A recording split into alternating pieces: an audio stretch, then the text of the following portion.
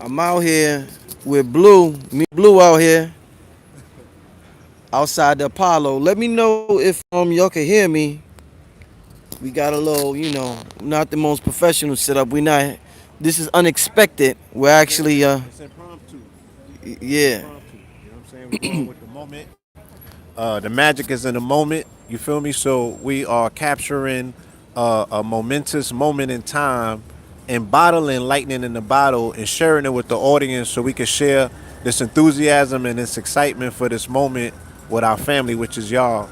So, pardon us if any of the production situation not be necessarily up to par, but I'm sure that you could understand the enthusiasm that you're able to feel from us that, you know what I'm saying? It was just one of those moments. indeed. So I want to do something that nobody really has got an opportunity to do on Black Magic, and that's interview our brother Rich.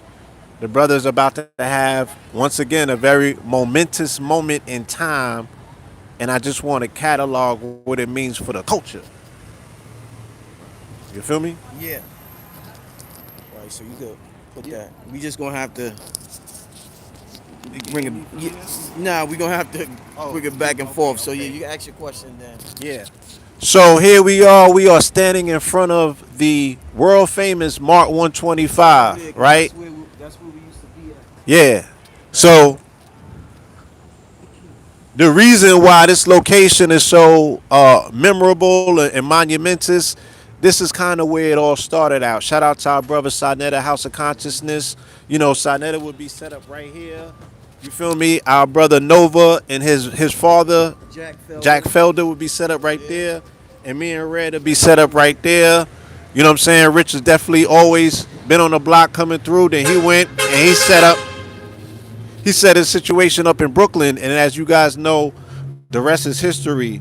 So starting from these humble beginnings right here on this block, standing on the shoulders and the legacy of many people who have been on this block and who have herald consciousness and push consciousness around the planet, we like to see ourselves as the latest iteration of truth seekers, people who have brought consciousness to the globe. So, Okay, brother. All right. starting from right here on this corner. Later on tonight, we will be right across the street in the Apollo Theater, Showtime, on the grandest stage of them all. I'm in the Apollo. But he's going to end up going to the as a native of Harlem, you know what I'm saying? As a fellow truth seeker, as a purveyor of truth, you know what I'm saying? Someone who has kept the signal alive globally, right? What does it all mean to you? Like, can you put it in perspective what this moment means? It all makes sense, Blue. Once you, for those out there that are following their journey, following their dreams, you may not know how to explain it. We get caught up in language. See, a lot of things. The thing about it, Blue, is that in my journey, sometimes I don't know how to override my ability to articulate myself. A lot of people, if they can't articulate it, they just because I just got that. So I just had that gut feeling back in 2003 to whatever it was, 2001, about this consciousness and following this journey. And my very first tape, VHS tape I bought, was on this strip. Brother Big Man. I was Shout out to Big Man. Yeah, shout out to brother, rest in power to brother Big Man. He passed away a couple of years ago, but that was my very first tape that I bought. It was because of the sister Burt had this program on public Public access. access. Salute to Sister Bird. Yeah, so we all play a important role, and we all play an important role in the whole world getting this on YouTube, or whether they get it on High Level Conversations, Earn Your Leisure, wherever they're getting it from. It all started with these certain individuals Right. making sure that the information was disseminated to the masses. So I want to start out by appreciating and giving thanks to them. Yes. And like I said, it just all makes sense. You got to follow your intuition. They need to be classes, Blue, on how to develop and how to listen to your intuition, Right. because it's a lifesaver. That ironically was going to be my next question, right? And especially as we speak about health and we speak about acid reflux, how do somebody know if they listening to their gut and they got acid reflux? You know what I'm saying? And they're eating a particular way and treating their body in a particular way, you know, a level of intoxication and all of these things. So how do we teach somebody to listen to their gut, right? To really tap into that intuition and recognize it as theirs and not a byproduct of something that's signaling to them what it is that they should be doing and when they should be doing it. Do you have any tips on how somebody can, tune into that inner voice? Yeah, definitely good question, my brother. You have to experiment. You have to when something tells you to do something, follow it and see what happens as a result of that. And you'll notice a pattern. Damn, when I usually feel like this, if I follow it, this happens. When I feel like this and I follow it, this happens. So that can't be my intuition. Everybody's different. Everybody's their own universe. So you have to just learn the voices in your head, and you gotta just jot down what happens when you do this. I'll give you an example. Whenever I'm about to do an event or when I'm about to do something, sometimes right before the event, I would just feel nervous or something like that. I would call Blue. I'd be like, yo, Blue, is anybody gonna come? Da da da da. You be like, yo, calm down. I know that is just like some doubt. You know what I'm saying? It's not real. Anytime I'm about to embark on a big endeavor, this wave of doubt will hit me real fast. It won't last long, but it just hit me like real fast. So I understand that, and you will think that that's a reality. Before I set up in Brooklyn, Blue, I was in the storage, and I just got a wave of negative energy that hit me. It was like, yo, this shit is stupid, nigga. What are you doing? You really about to do this? You about to stand outside, nigga? You bugging out. They gonna laugh at you. Come on, pack it up. Let's go. Let's go now. You know what I'm saying? And the average person will listen to that because it comes so fast and it comes so hard. But I learned to ignore that. I learned to accept it for what it is. The ego's scared to embark on new journeys. Right. The ego's comfortable where it's at and it wants to stay where it's at. When you introduce something new to it, it's going to present you with fear. So I learned, okay, that's the ego. He's not my enemy, but it just wants to stay where it's at. It's comfortable. So I learned to embrace being uncomfortable. And intuition and those thoughts in your head will lead you down a path of being uncomfortable. That's the right path. That's the right path. So, yeah.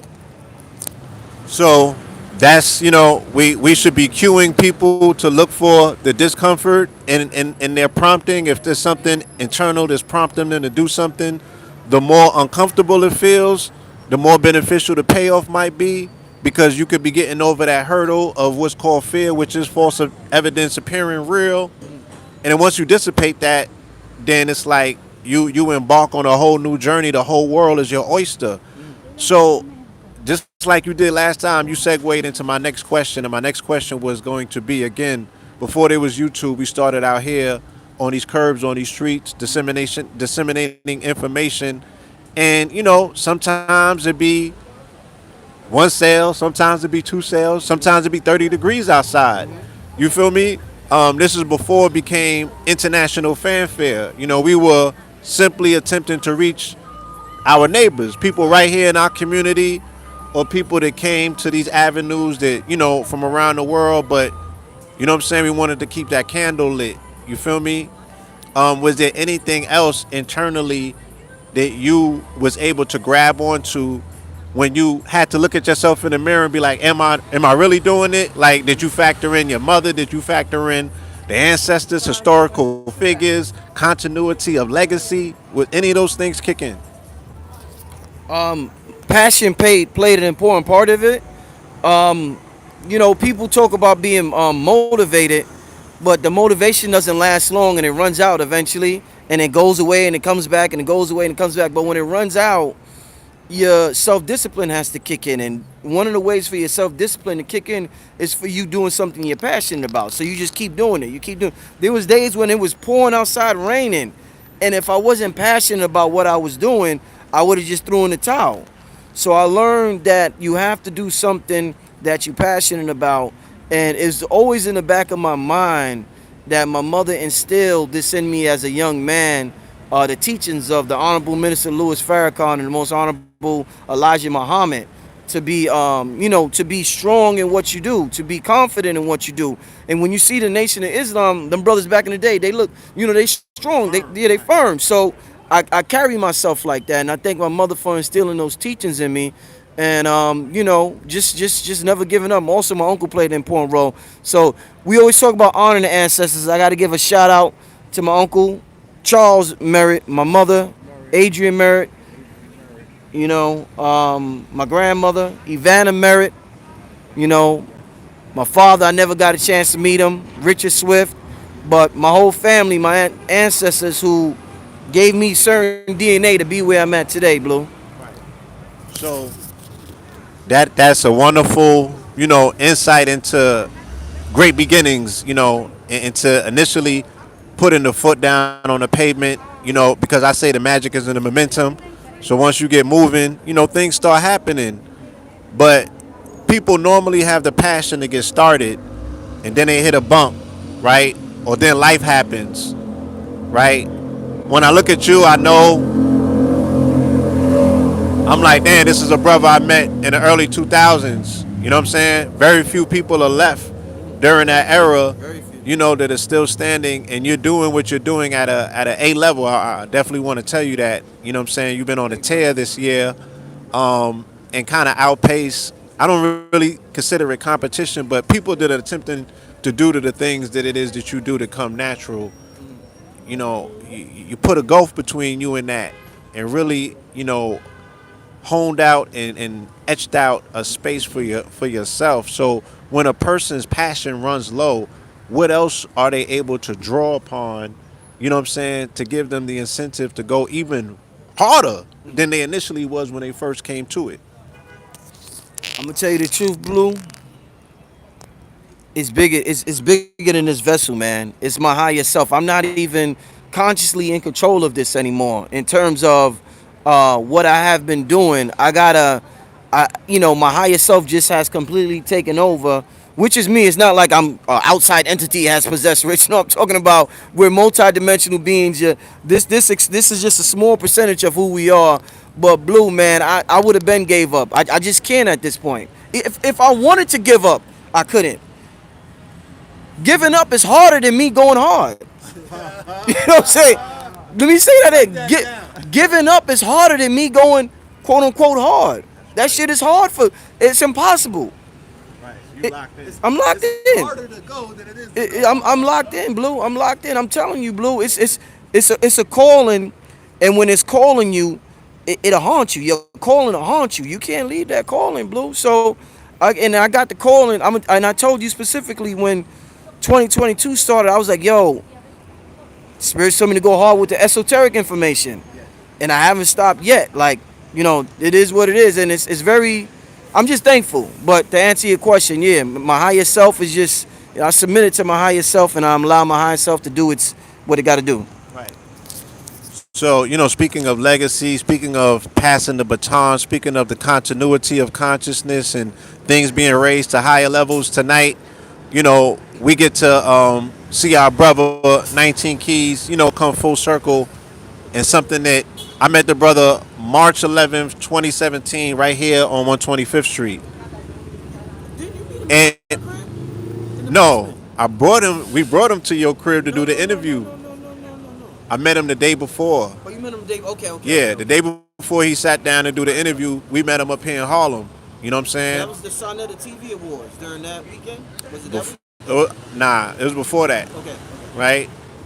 And then we see the brother come full circle. He's going to be here at the Apollo tonight, kicking off the High Level Conversation Tour. High Level Conversation is another program on YouTube that has been doing this thing to raise the level of consciousness. As a purveyor, as a connoisseur, as a curator of consciousness, I want to get your objective views on, the latest class of consciousness and the latest iteration of the conversation around consciousness. Do you like where it's going? Do you have any suggestions? What are your observations? Hey, my only suggestion to anybody involved or trying to get involved is that this is a lifetime commitment. This isn't, well, let me experiment in consciousness for a couple of years, see where it takes me. If it doesn't work, then I'm gonna just go do something else. Yeah, it don't work like that with this. This is a lifetime commitment. This is something I'm gonna do for the rest of my life.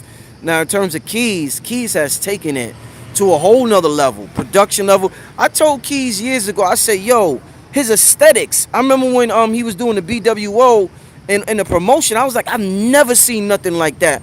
From just regular content creators. It was mind blowing the aesthetics that they were using to promote what they were doing. I mean, it was on the level of companies that spend hundreds of thousands of dollars.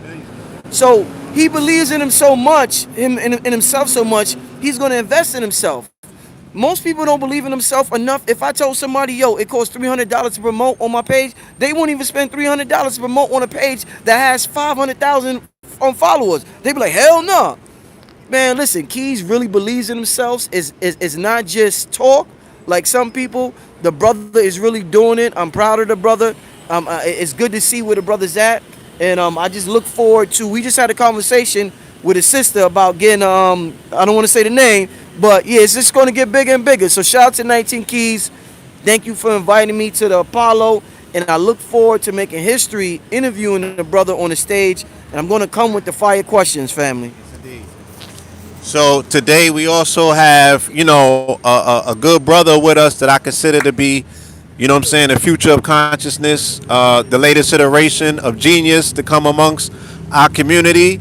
And I know that it is so many more of brothers and sisters out there, that need to answer the signaling, the calling to step forward, and accept the mantle of responsibility. What are we responsible? The upliftment of fallen humanity by way of consciousness, knowing that the thing that sits between our ears is supreme, it's majestic, and we want to give it the reverence it deserves, our brains are quantum. So this is our good brother Human. I wanted to introduce y'all to Human in real time. The good brother is with us in the building. Yo, Blue's definitely one of the best street reporters out there. His energy, he love that shit. He's more of a street reporter than just sitting in front of the camera. When he's on the street, I seen him when the protest was happening. Dude's crazy with the street reporting, yo. But go ahead. I'm sorry, I had to say that, man. This dude's I come from street reporting, from having to report and interview people in traffic and things of that nature. So I had to learn how to pivot. Our good brother Human, I want you to give some words to the family. You also will be joining us for the High Level Conversation Tour. What does it mean? Again, you were once a brother in the audience watching this from behind the tube. You know what I'm saying? Now you're in front of the camera. So can you put things in perspective? First off, I thank you, both of you brothers, and commend both of you on your work. Like you said, I grew up watching y'all right here. I learned so much from videos of, right here, that seeing our people come together and expand our level of consciousness, challenge each other's ideas, and then force each other to get better with our scholarship, with holding ourselves accountable, with high level everything, right? How we carried ourselves changed. So, and there were certain things Brother Rich was just talking on about that. Just a manifestation and following your higher self. Your submission to God is submitting to your higher self, in a sense, because your perception of heaven and hell, only you can give yourself that, right? The things you want will satisfy you as heaven would, right? And your hell isn't everybody else's hell, right? Your nightmares are a little bit different. And it's all about the reality that you want to create for yourself. Contrary to that is your hell, right? But when the brother was speaking on that, it allowed me to walk myself through my own journey of submission to the will, right? Yeah. And leaving the various dead-end jobs that I did behind me. And I started teaching myself. Right now I'm a programmer, AI engineer. And I just took that journey. And every day, you don't really see the end. Martin Luther King talks about not seeing the top of the staircase, just taking the steps in the dark because a stairs there. And that's pretty much what that walk is like. And then here I am. I just maintained the vision. I knew that it would demand a level of excellence from myself. And I held myself to the standards that you brothers set, and then did what I could to contribute to that. And now I'm here trying to expand that after taking, all of the wisdom learned over the years.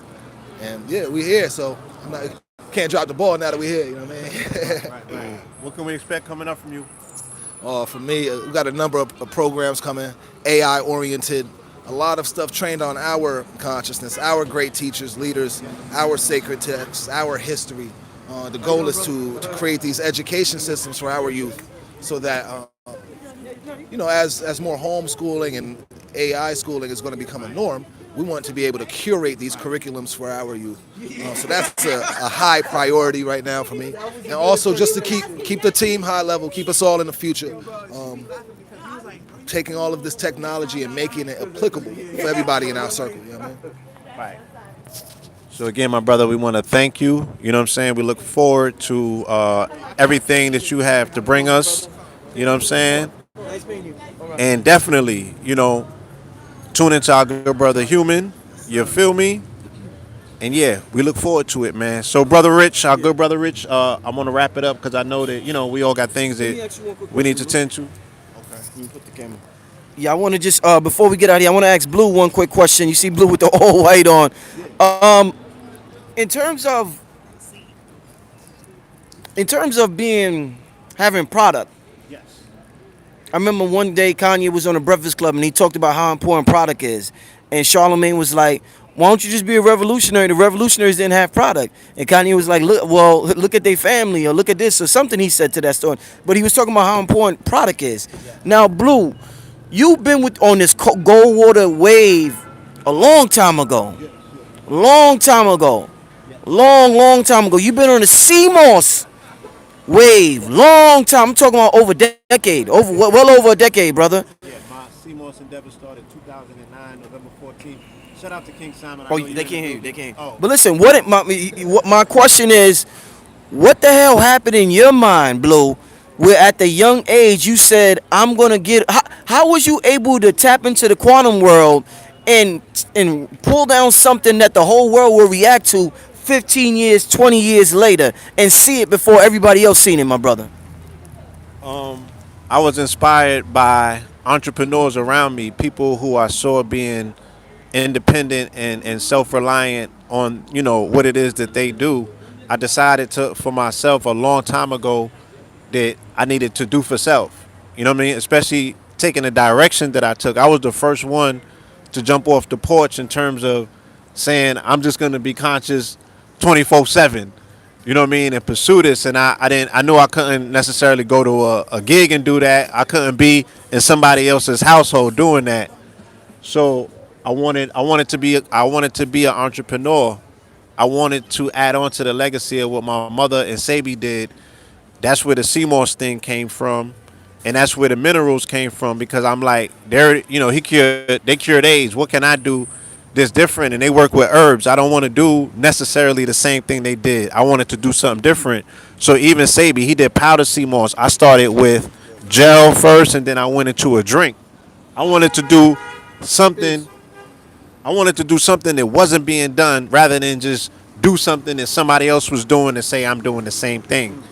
So my quest to want to be original, my quest to want to carve a lane, but my quest to also want to connect that to the continuity of the shoulders that I was standing on, always being mindful that it's legacy, always being mindful that, I wanted to put things in perspective of what I already knew my family was doing.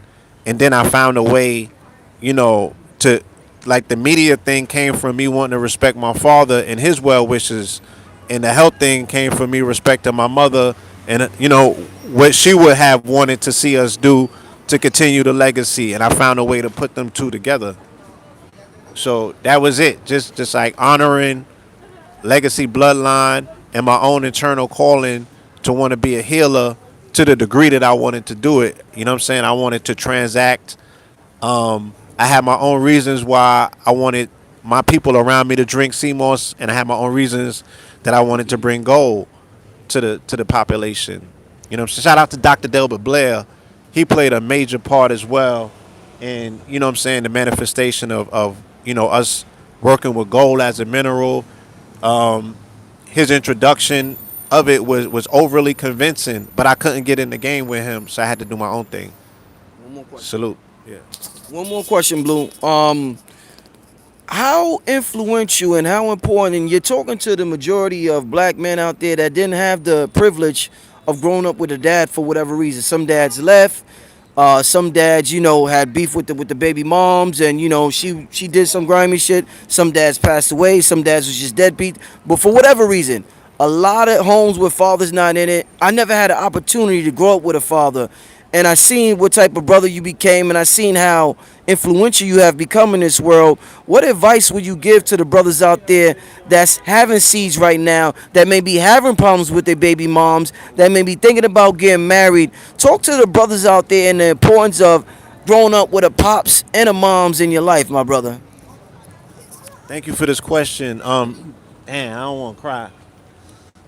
I've been watching the Dear Mama documentary, and I just seen some footage from Pop like 2 days ago, and he wasn't apologizing, and he wasn't making excuses either.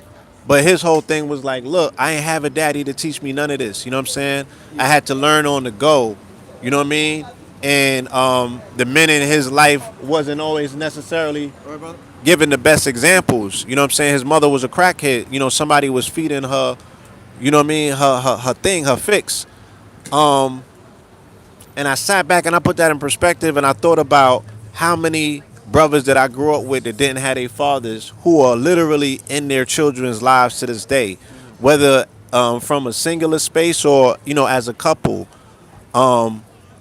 We want to always say, yo, we want to wish a double parent household on everybody. You know what I'm saying? That's what we want for our children. That's what we want for our people. That's what we want for the world. Every child should want to benefit from having both parents there as examples to draw from. Shout out to the women who have been working with the best that they have been given, you know what I'm saying, and have to, hold up both ends of the spectrum when it comes to mothering and, for the lack of a better term, fathering, because I'm not one that believes that a woman can be the father of a child, but she can compensate to point in the right direction or set examples or put the children in directions where they can find examples to extract, you know what I'm saying, what it means to quote unquote mean a man. The things that we're working through as a people in terms of healing from, a lot of it leads back to single parent households, right? Children not having both of their examples to draw from. So the importance to the young brothers that are out here listening, that's the importance. You know what I'm saying? If you want a nation build, if you want to repair our people, if you want to get the best out of your own soul experience so you don't leave here with regrets, do any and everything possible initially to make the right decisions when it comes to the person that you laying down with making a child. And if you find yourself in a situation that, because a lot of people are learning on the job. Yes. Yo, I didn't, I hooked up with her and we had this child. Now I'm getting to learn who and what she is. You know what I'm saying? Have patience. You know what I mean? Have patience as best as you can. You might have to definitely make some compromises, and you're not going to lose who you are as a man by making compromises, you feel me, with the women that you're with, allowing her to grow as she's growing, and y'all are both growing in relationships, watching the whole life grow in front of you. Right? The sacrifices are necessary. You already made the blood contract. You know what I'm saying? You cannot opt out of the contract. The blood contract is already made at least for 18 years. You feel me? So you have to find a way, and I know that it's not easy. You know what I'm saying? I know that it's not easy, and it sounds a lot, it just rolls off the tongue and it sounds so much easier. But you got to find a way. You know what I mean? Every child deserves to have both parents in their lives to a degree, because I also had to realize that, and I learned this from personal situations. You feel me? The mother left the father and took the child. The children grew up blaming the mother because of things that was told to the children about their father, when all along the mother was saving them children from their daddy. Right? Because the daddy wasn't fully grown. The daddy put them children in danger by the daddy's inability or unwillingness to want to grow into his role as a parent or a man. You know what I'm saying? And women have a tendency to peep that and be like, yo, not necessarily that I can do a better job than the situation calls for, but there might be more damage done if I don't separate and isolate these children while this man comes into himself. You know what I'm saying? So it's not an easy situation that we find ourselves in.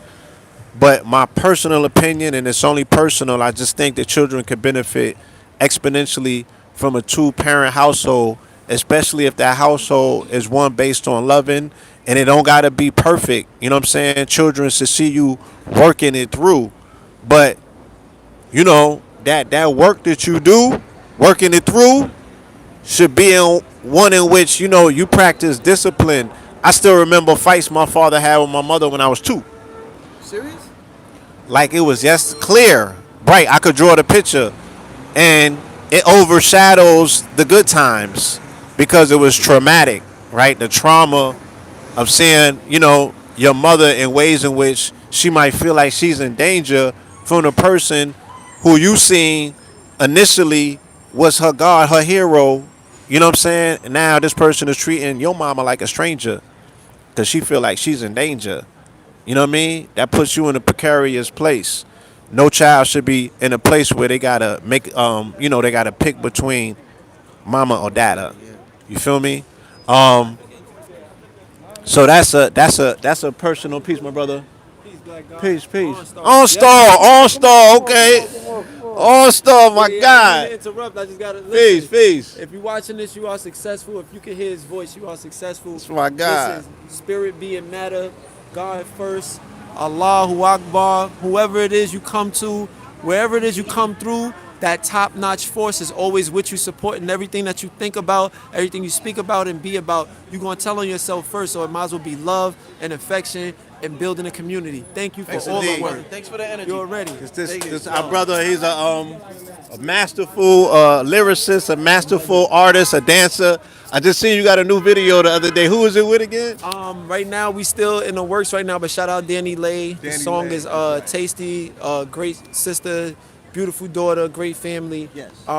Just supporting the movement, but bringing it back home to the Light Feet. So we got the Light Feet era. We did a little remix, and so we, that's still in embryonic stages, but we That's put right, a taste that's out right. there, and it's starting to materialize. Manifested. So That's there right. you go. I appreciate you, my good brother. Likewise. Continue the good work. Peace. Yeah. So yeah, that's you know what I'm saying. That's my observation of the situation. Yeah. Family, I appreciate your time. We're about to get ready to go inside.